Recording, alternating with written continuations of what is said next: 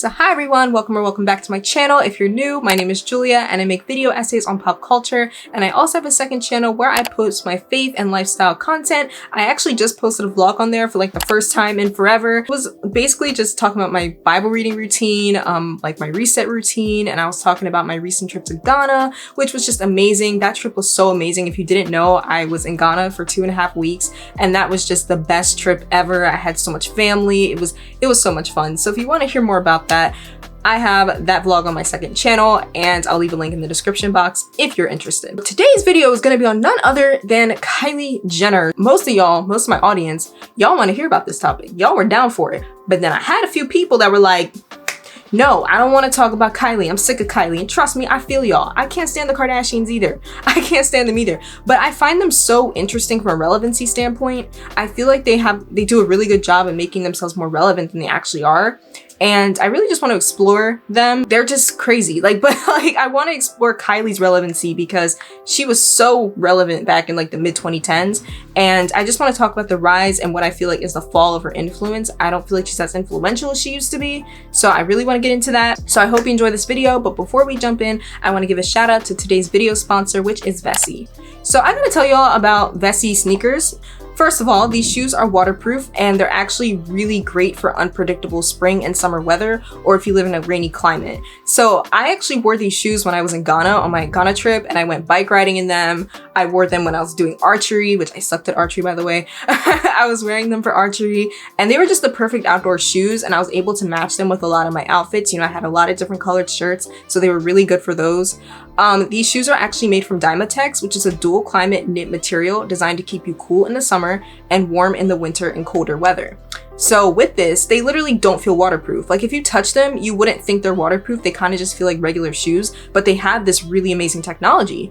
And so basically, as you can see in this clip, I dipped my shoe into a pool at a resort I was staying in Ghana, and my sock did not get wet at all. And it was so crazy. I wish I got the reactions of the workers, because I had a worker actually film this for me and she was just like, what? So it was pretty cool. These shoes are also really comfortable. And so when you first get them, they mold to your feet. And that actually really is helpful for me because I have really flat, long, skinny feet. When I tell you, I've struggled with footwear in my life. Footwear has been a struggle for me. And so the fact that these shoes are so comfortable, once they really adapted to my feet, I mean, I was really able to do anything with them. They're also very lightweight and they have cloud cushioning. So they're really easy to throw on if you're in a rush. I'm always in a rush going places. So they're really easy to throw on when you're going out for errands, when you're going to the gym and things like that. So basically, I really think Vessi shoes are a great investment year round. I wear these shoes basically anywhere. When I was in Ghana, they were my go-to shoes. I just threw them on. They were my go-to shoes. Now that I'm back in the States, I usually wear them when I go on errands, when I go to the gym. And through all that I put these shoes through, because I put them through a lot since I got them. I put them through a lot. They've held up super well. I'm so happy that I have a pair of really easy, breathable, waterproof sneakers, and they've become my go-to sneakers. So if you'd like to check out Vessi shoes, click the link below and use my code for $25 off each pair of adult Vessi shoes. So free shipping is available in the United States, Australia, and New Zealand. I'd like to thank Vessi so much again for sponsoring today's video, and let's get on to Kylie Jenner. So Kylie Jenner is the youngest of the Kardashian Jenner clan, and she was born on August 10th, 1997, making her 25 years old at the time of this recording. At age 9 years old, Kylie was thrust into the spotlight when she was featured on Keeping Up with the Kardashians, a reality show that revolved around the Kardashian family and their literal obsession with fame. As you may know, this show chronicled each member of the Kardashian clan as they went through their daily rich lives, shopping, eating, fighting, attending events, and just a lot of nonsense. I know I'm gonna sound like a hater, but this show really is nonsense. And I used to watch it a lot when I was a kid. I used to watch Keeping Up with the Kardashians a lot when I was 12 years old because my parents watched it. My parents thought they were hilarious. My parents liked to make fun of them. And so I just started watching them, but I only watched them for Kendall and Kylie. I literally, because Kendall and Kylie were around my age. So I think Kylie's a year older than me. So I watched them for Kylie, and Kendall, pretty much. At my young, naive age of 11, I thought they were relatable because they were around my age. And I really loved their fashion and style at the time. I was really trying to step my fashion game up around 7th grade, 8th grade. And I looked to them for inspiration, which is really funny to think about now because I also looked at Keke Palmer a lot back then. So I'm just Kendall and Kylie and Keke, how does that make sense? So again, this isn't to sympathize with the Kardashians at all because I'm really not a fan of them, but we have to acknowledge the sheer exploit of Kylie. So first she was dancing on a stripper pole, and then she was flashing her shirt up and down to a Girls Gone Wild scene. And it's clear that her parents just didn't care to protect her innocence. I'm like, I don't care what kind of parenting you do in the actual episode, you allowed it to air. The math ain't math. Guys, look what I can do. Oh my god. Oh, You are a future pussycat doll. Let me see that. Oh my god. Oh my god. How did you learn how to do that? Girls Gone Wild is like this. Girls are a little crazy, but you know what? I'm gonna start managing you girls. So really quickly, I wanted to discuss Kylie Cosmetics, and then I'm gonna circle back to it later. So Kylie Cosmetics is an American cosmetics brand founded by Kylie Jenner and launched in November 2015. The brand, when it first launched, did incredible numbers, and it started out with her lipsticks and her lip liners. So it was branded Kylie Lip Kits and then later became Kylie Cosmetics in 2016. So basically, she was selling these like hotcakes. I remember this was my senior year of high school, and I just remember hearing about it like every week, like, oh, Kylie Cosmetics sold out. Kylie Cosmetics sold out. Like, you couldn't even get on the website. It would sell out in seconds before you could even refresh the page. So this was the beginning of Kylie Cosmetics. So Kylie's inspiration for the lip kits was because she was very insecure about her lip size. So people were speculating a lot at the time about her lip size and how her lips went from, I'm gonna just say, paper thin to really like voluptuous and big. And people were like, okay, did you get lip injections? Did you get some surgery? And she kept denying it for the longest time. And then she came out in May of 2015 saying, you know, I have lip fillers and, you know, I just didn't really feel comfortable admitting it. I'm really not trying to mock her. It's just, I just can't help it. I'm sorry. I can't help it. I'm trying to be impartial. So, you know, like, she really came clean about that. And I think this really ties into the fact that through much of Kylie's upbringing, she really lived in the shadow of her elder sisters. And her most direct competition was her elder sister Kendall, who's about 1 year and 9 months older than her. And Kylie was always seen as the ugly sister. She was constantly compared to Kendall and her other sisters. And I think this really bred a lot of insecurity and a lot of like fear and a lot of doubt in her. Honestly, like, it's crazy because people really dubbed her as the ugly sister. And to this day, people still mock her old appearance. Like, if you see photos of her old appearance, like on Instagram or on different forums or whatever, people still mock her old appearance. And to me, I just thought she looked like an average white girl. She just looked like someone you'd see in the mall. Like, I can't be the only one that just felt like Kylie just was, she looked very, you know, typical. You know, I don't think there was anything wrong with her looks. I thought she was a really cute girl. And I you know, it just doesn't really make sense to me how people would always clown her for her old face. But, you know, I don't want to focus too much on her face. Like, that's not the focus of this. You know, beauty standards, unhealthy beauty standards, we could go on all day about that. It's very valid, but I don't want to go on too long. But I'm just saying, it just doesn't really make sense how people felt about her appearance, because I never thought she looked that bad, but you know, the internet will internet. So then this brings me to Kylie's Tumblr era. So I feel like Kylie was really beginning to make a name for herself in the early 2010s to mid 2010s. She was really making a name for herself amongst the teenage crowd, because the general public didn't really know or care for Kylie, but she really got more popular amongst teens. I mean, she had a clothing line with Kendall at PacSun, was on 17 magazine. Her and Kendall did this like this young adult novel that was absolute, I heard it was garbage. I never read it, but I heard it was trash. But Kylie did that for, you know, her demographic. And so she was really getting more known amongst the teenage crowd. And she was also posting a lot on Tumblr, Vine, and Snapchat. And on those platforms, she was really silly and outgoing. So a lot of young girls, and even me, really saw Kylie as very relatable. They thought she was really cool. Like, even though she was this rich girl in the Kardashian family and whatever, she had her own style and she had her own like groove going. Oh my. All these ratchet hoes say I ain't shit. Well, at least I ain't broke. Oh. Like a tiger. See you guys later. See you later. See you later. See you later. And it's so crazy. I actually remember her and Kendall's Miss Kendall and Kylie channel, where they used to post like a bunch of videos of them lip syncing. They posted funny videos with their friends. I remember I really used to like wait for updates for the Kendall and Kylie channel. It's like, I don't know, I thought it was really cute. Like, they were just really quirky rich girls that I lived vicariously through, and I feel like they just seemed really relatable despite their lifestyle. So circling back to Kylie's inspo for Kylie Cosmetics, she spoke about her lip size, and people were so obsessed with her lips that they literally were doing the Kylie Jenner lip challenge, which totally destroyed people's lips. I mean, like, that goes without saying. People were literally destroying their lips temporarily or permanently trying to get lips like Kylie Jenner. So she had a huge pull on the youth, like a really huge pull. And I feel like when she finally came clean about her lip fillers, I feel like that really boosted Kylie's relatability. Kylie's relatability really went sky high because people saw a young girl who was living way out of most people's tax brackets. Like, let's be honest, most people who were fans of Kylie could never even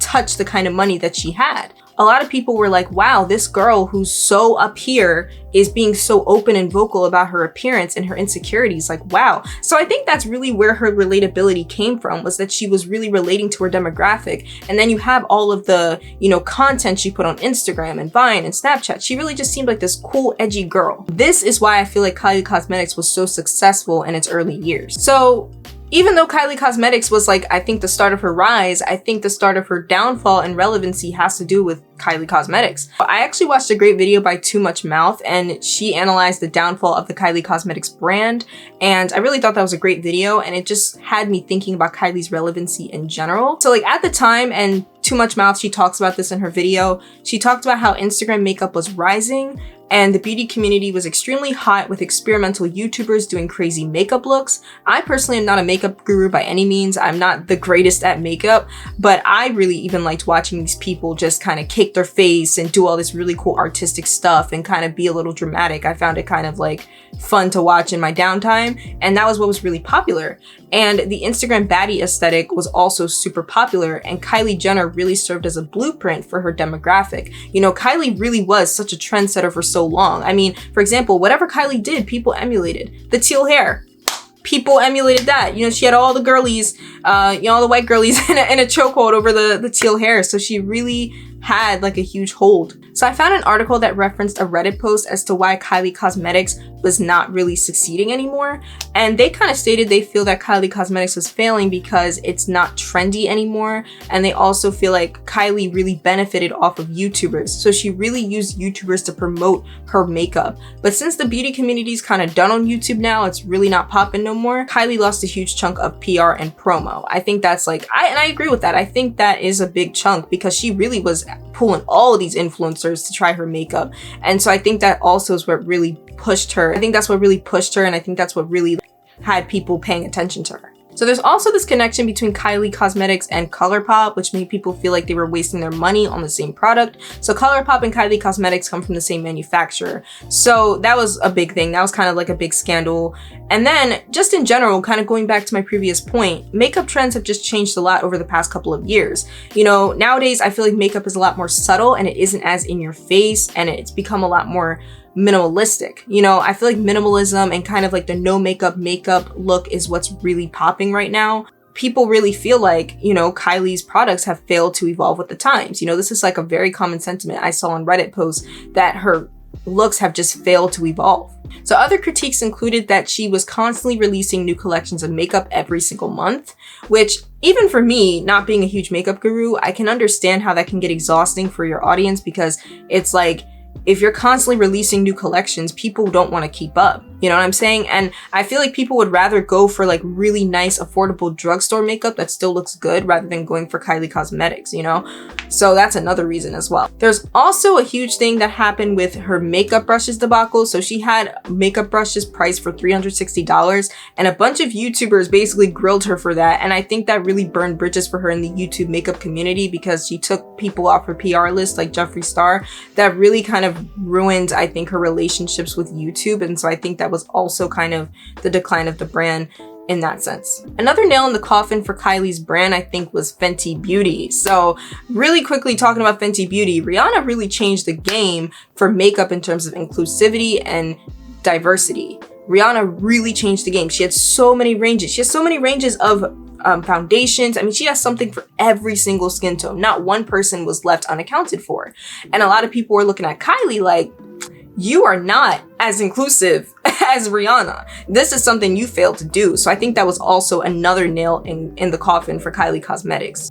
So Kylie Cosmetics has done like a rebrand, and you see Kylie promoting it more, you know, being in the lab, working with the makeup, which I don't believe she's actually doing anything with it. But, you know, I think even with the rebrand, I just think that Kylie's makeup just isn't as relevant because Kylie herself just isn't out there as much anymore, which I'm going to get into. So I want to talk about the fact that Kylie's relatability and her lies and her scandals have really kind of, I think, just left a bad taste in so many people's mouths in regards to her. So Kylie's been embroiled in so many scandals. There's just too many to count. I'd say one of Kylie's largest scandals has to do with her lying about being a billionaire. So when Kylie sold Kylie Cosmetics to the beauty conglomerate Coty in 2019, that was kind of enough to dub her as a self-made billionaire at the time, according to Forbes. They felt like that was a huge, you know, indication that, you know what, she's definitely on her way to being like one of the youngest self-made billionaires. But it came out that she was not. And I remember at the time when they called her self-made, I remember being so annoyed with that because I was like, Kylie was never and will never be self-made. Like, we saw this girl's come up. We saw it on TV because her mom expected it. Her mom milked her come up. Her mother milked her and all of her sisters. We saw the come up, and she's not self-made, bruh. I mean, let's be honest, her mom practically packaged her career in a bow. Like, Kylie's career was basically given to her, and that's just to be honest. So Forbes completely called out Kylie and her family for this, saying that they brought them into their mansions and CPA's offices and even created tax returns that were likely forged. Oh, how the mighty have fallen. So Forbes literally did an entire expose on how this was all a huge elaborate lie, and I wasn't surprised in the slightest because we all know how the Kardashians operate. You know, even bad publicity is good publicity. And I really think that this put a bad taste in people's mouths with Kylie, and I think it showed that, you know what, they're desperate to appeal as these rich and successful businesswomen. And what's even more hilarious is that when people at Forbes asked the Kardashians for comment on these new calculations because they figured out that they were lying, they refused to comment. So that makes them even look even more guilty. Like, you look even more guilty because you didn't want to comment. So like I said, I think this really proves my earlier point that the Kardashians will do anything to make themselves look more relevant than they actually are. They'll do anything to make themselves look more successful than they actually are. I mean, it's already been proven that they call paparazzi to take pictures of them too. Like, they're gonna do anything to make themselves look more relevant. I really think Kylie's hype started to die down sometime in 2018, and I would say this was around the time her daughter Stormi was born. I think around this time Kylie began to be more reserved, and she really started to tone down her personality. That really quirky, funny, outgoing personality that people saw on Snapchat, on Vine. She really started to tuck that away. And she had a show called Life of Kylie that was really boring. I watched Life of Kylie and I thought it was really boring, but she expressed how she wasn't really into the fame like that. Like, she doesn't want to be famous. This wasn't the life she really wanted. Love to wear this hoodie and my heelys and sweats every day. Yeah. Like, the only reason why I like keep it up a little bit is like Kylie Cosmetics, you know, but it's like so much pressure. Like, I want to like grow as a person the way I want to grow in the path that I want to take. Some people are born for this life and some people aren't, and I just know I'm not supposed to be famous. Like, I can feel it deep down inside. Really? Yeah. That makes me so sad. I'm not supposed to be famous. I'm not either, for sure. Yeah. I am. I think I you know are. Because you can handle it. I can handle it, I just don't give a I can't handle it, and I give it. And she wants to just be a young 20-something, you know? And so I think, again, a lot of people further found her annoying and kind of unrelatable because she was so dry on that show and she wasn't really being her full self. So I think that's also what was kind of the nail in her coffin with that.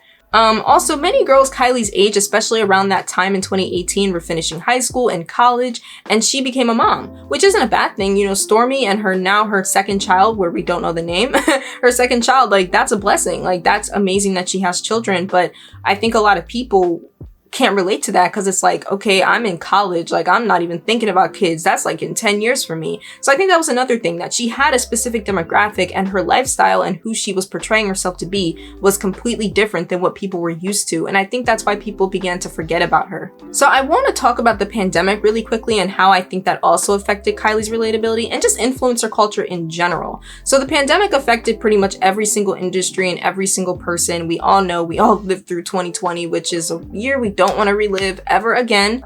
I really think that the pandemic crushed Kylie's influence by a lot. And I really think this is because people just weren't as interested in makeup. Like I know for me, I didn't care about makeup at all. And even when I did wear makeup, and back like when mask wearing was like completely mandated, I wouldn't even wear lipstick because I'm like, what's the point? So people weren't thinking about makeup. People were thinking about how to make it. You know, you had people lose their jobs. You had people get kicked out of college and having to adapt to online learning. I remember how stressful that was for me. I mean, it was my last semester of college, but I mean, online learning, I had so much more work to do and I was so stressed out and it was just a mess. And so a lot of us were really just trying to make ends meet, trying to just like learn more about ourselves and understanding what we really want. And I think because of that situation, people became more focused on health and wellness and on skincare, financial literacy, and truly how to live your best life. And so people don't have time for these influencers trying to sell them products, trying to be fake, trying to go viral, trying to do this and that. People are tired. I think the general consensus is that people are tired of drama. People are tired of like all of those things. People want